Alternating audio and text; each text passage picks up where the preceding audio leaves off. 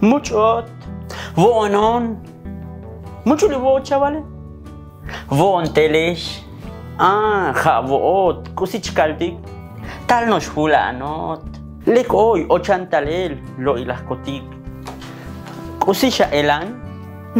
Lek oyon hanos hoy epam tel tahmeke. Libote kusisha elan. Lek oyon tahmek. Hola, ¿cómo están? Qué gusto saludarles. Pues en este nuevo video de Conoce y Aprende Tzotzil.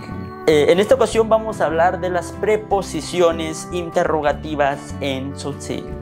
Muchu o buchu es para preguntar quién. Muchu o buchu. Si yo digo muchuot o buchuot, estoy preguntando quién eres. Kusi, ¿qué? Kusi.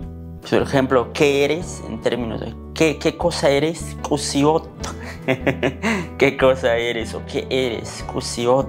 Buy, ¿dónde? Buy.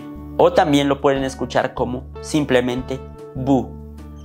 Buyot, ¿dónde estás? Buyot. Kuchaal. Kuchaal para preguntar el cómo. Va separado, kuchaal.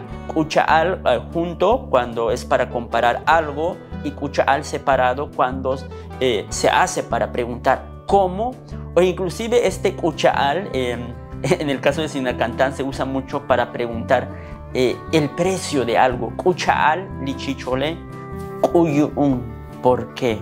Kuyun. Kuyunot, ¿por qué eres así? Por acá dejamos el video y nos vemos en un próximo episodio de Conoce y Aprende Tzotzil. Te